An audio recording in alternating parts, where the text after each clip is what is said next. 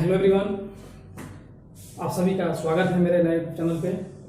जैसा कि आप सभी ने 11th का लेक्चर कुछ हमने अपलोड किया था, अभी शुरुआत है, इसीलिए छोटे छोटे मेरी कोशिश ये रहती है कि शॉर्ट टाइम में ज़्यादा एक्सप्लेन कर सकूं, कंसेप्ट ज़्यादा हो, टाइम कम हो। यही होती है खासियत किसी भी क्लास की, यही होनी चाहिए ऑनलाइन पे कर करके। तो आज का जो टॉपिक्स है, आज खास करके 12वीं के छात्र के लिए, 12th के लिए, इंटर सेकेंड ईयर के लिए है, जो बिहार बोर्ड में है एज वेल एज सीबीएसई में है, दोनों के लिए है।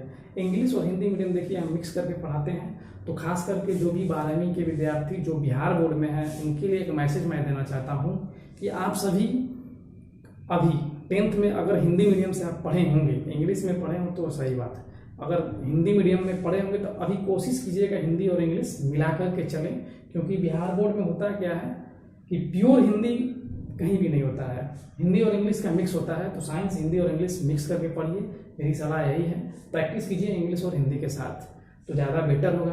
तो 12वीं का सिलेबस हमने ऑलरेडी डिस्कस कर चुके हैं हम, और आज 12वीं का फर्स्ट चैप्टर होता है इलेक्ट्रोस्टैटिक। इलेक्ट्रोस्टैटिक में क्या क्या चीज़ें पढ़नी होती है हम एक्सप्लेन करेंगे शॉर्ट टाइम में। फिर से बोल रहा हूँ कि शॉर्ट टाइम में ज़्यादा एक्सप्लेन करने की कोशिश करूँगा। तो आइए देखते हैं इलेक्ट्रोस्टैटिक। इलेक्ट्रोस्टैटिक्स चैप्टर का नाम है, फर्स्ट चैप्टर है, स्थिर वैद्युत बोलते हैं। तो इलेक्ट्रोस्टैटिक का मतलब यहाँ देखिए, इलेक्ट्रो का मतलब हो गया इलेक्ट्रॉन्स यानी चार्ज, और स्टैटिक का मतलब हो गया स्थिर, स्टेशनरी। कोई भी चीज स्थिर होती है तो उसको बोलते हैं स्टैटिक, कोई भी चीज यानी। तो स्थिर यानी जब चार्ज रेस्ट में होगा उसके बारे में जब हम पढ़ेंगे, जितने भी इफेक्टेड होंगे, फोर्स आएंगे, बहुत सारे लॉज आएंगे, कब बात होगी, जब चार्ज रेस्ट में होगा तब। तो उसके बारे में जितना भी हम पढ़ेंगे उसको बोलते हैं इलेक्ट्रोस्टैटिक्स। अब आइए होता है study about when charge is at rest, simple सा लॉजिक है इसमें। चार्ज है क्या, ध्यान दीजिएगा एक चीज, इलेक्ट्रिक चार्ज आप सभी ने 10th में कुछ बेसिक्स पढ़े होंगे करंट के बारे में। तो चार्ज बेसिकली कुछ है नहीं, चार्ज एवरीवेयर यानी चार्ज हर जगह है। ये किसी भी पदार्थ का, किसी भी मैटर का, किसी भी ऑब्जेक्ट्स का, या किसी भी चीज में दुनिया में जो चीज बनी हुई है उसका एक क्या प्रॉपर्टीज है, क्वालिटीज है। जिस तरह सभी मैटर में मास होते हैं, मास मतलब द्रव्यमान होते हैं, तो उसी तरह चार्ज भी उतना ही इंपॉर्टेंट है जितना कि मास इंपॉर्टेंट है। तो मास से रिलेटेड है चार्ज। तो अब चार्ज आप लोगों ने नोटिस किया होगा, कभी कभी होता क्या है, घर में हम जब बैठे होते हैं, अचानक से सपोज कीजिए कोई आया। सबसे पहली बात कि फिजिक्स इमेजिनेशन के साथ पढ़िए। घर में आप बैठे हुए, अचानक से कोई आता है, विंडो नॉक करता है, तो आप विंडो यानी डोर, तो आप जाते हैं। तो कभी कभी अचानक से हम बैठे होते हैं, चल करके जाते हैं, जब दरवाजा हम खोलते हैं, ओपन करते हैं, तो जब हम हैंडल जो होता है डोर का जब पकड़ते हैं तो अचानक से कभी शॉक लगता है हम लोग। या कहीं कभी कुछ एक्टिविटीज करते हैं, बस में बैठते समय, कार में बैठते समय, या कभी कुछ मेटल को टच करते हैं तो हमको शॉक लगता है। वो शॉक क्यों लगता है, इलेक्ट्रिक चार्ज के ही कारण लगता है। वहीं प्रॉपर्टीज है, वहीं पे एग्जिस्ट हो रहा है चार्ज। आपको ये दिखा रहा है कि देखो भाई चार्ज हम यहाँ पे आए, जिसकी वजह से आपने ये चीज महसूस किया। तो वही तो है चार्ज। बेसिकली चार्ज क्या है, किसी प्रॉपर्टीज का, किसी मैटर का प्रॉपर्टी है। तो चार्ज हर जगह है। चार्ज में बहुत सारे टाइप्स होते हैं, जनरली प्लस और माइनस ही बोलते हैं। तो आवेश आपने समझ लिया, हिंदी आप लोगों ने समझ लिया कि चार्ज आवेश बोलते हैं। तो चार्ज अच्छी तरह समझ चुके होंगे, अभी एक एग्जाम्पल दिया मैंने। अब आते हैं, कभी कभी कॉम हम लेते रहते हैं, कोई भी पेन लिए होते हैं, जब अपने सर में हम लोग बच्चे से जब छोटे थे पढ़ते थे, सर में उसको रफ करके कभी कभी छोटे छोटे कागज के टुकड़ों को हम अट्रैक्ट करता था, वहाँ चार्ज की प्रॉपर्टी एग्जिस्ट करती है, यानी वहाँ प्रूफ होता है कि चार्ज वहाँ भी है। तो उम्मीद करता हूँ कि इतना से आप लोग समझ गए होंगे। अब आगे आइए।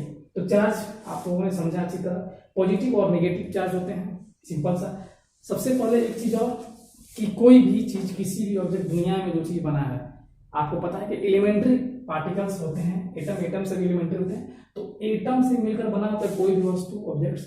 और एटम क्या होते हैं, तो एटम किससे किससे मिलकर बने होते हैं, प्रोटॉन, इलेक्ट्रॉन और न्यूट्रॉन।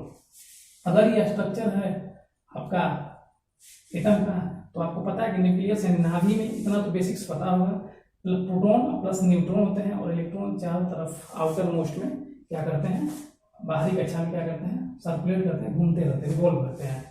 तो ये एलिमेंट्री पार्टिकल होता है प्रोटॉन और इलेक्ट्रॉन। तो वही उसी से बेसिस पे चार्ज, यानी इलेक्ट्रॉन होगा तो नेगेटिव चार्ज, और प्रोटॉन को बोलेंगे पॉजिटिव चार्ज, धनात्मक ऋणात्मक।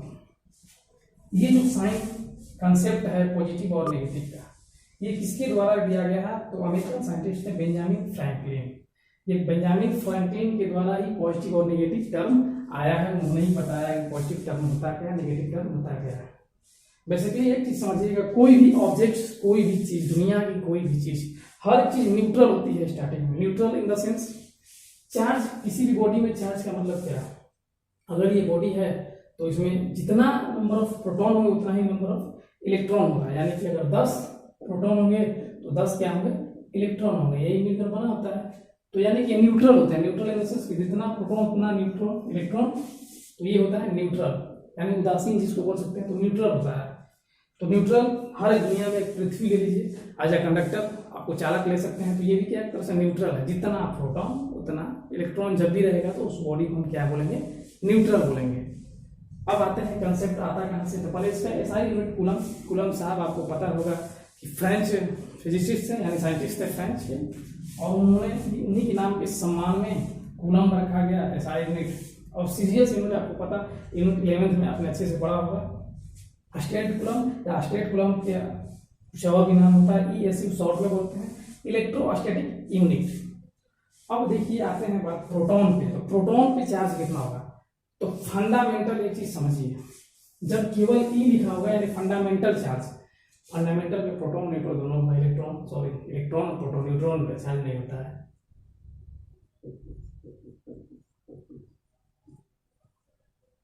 यानी फंडामेंटल चार्ज जो है E पे क्या होगा, 1.6 × 10⁻⁻19 कूलम। अब इसी में प्लस और माइनस आप दीजिएगा तो क्या हो जाएगा, प्रोटॉन और इलेक्ट्रॉन पे बढ़ जाएगा, पॉजिटिव और नेगेटिव पे। तो अब चार्ज ऑन प्रोटॉन क्या देख सकते हैं, प्लस में है, चार्ज ऑन इलेक्ट्रॉन माइनस में है। मास ऑफ, जिस तरह मास होता है, द्रव्यमान होता है किसी भी चीज का, तो उसी तरह mass of proton 1.67 × 10⁻⁻27 kg। Mass of electron 9.1 10⁻⁻31 kg।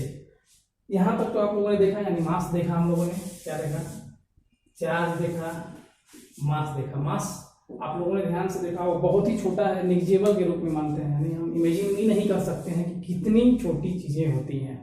कभी कभी ये लगता है कि यार ये फिजिक्स और केमिस्ट्री है क्या, साइंस क्या चीज है, ये सब रियल में पॉसिबल है, ऐसे होता है क्या, इलेक्ट्रॉन किसी ने देखा है, ये एक तरह से क्या इमेजिनेशन मान के आप चलिए, लेकिन होते हैं, एग्जिस्ट होते हैं, क्योंकि बहुत सारे साइंटिस्ट ने खोज किया, रिसर्च चला, तभी तो यहाँ इस बात पे हम पहुंचे कि नहीं ये चीज होते हैं, इस चीज से मिलकर के बना होता है। तो इतना तो आप लोगों ने देखा।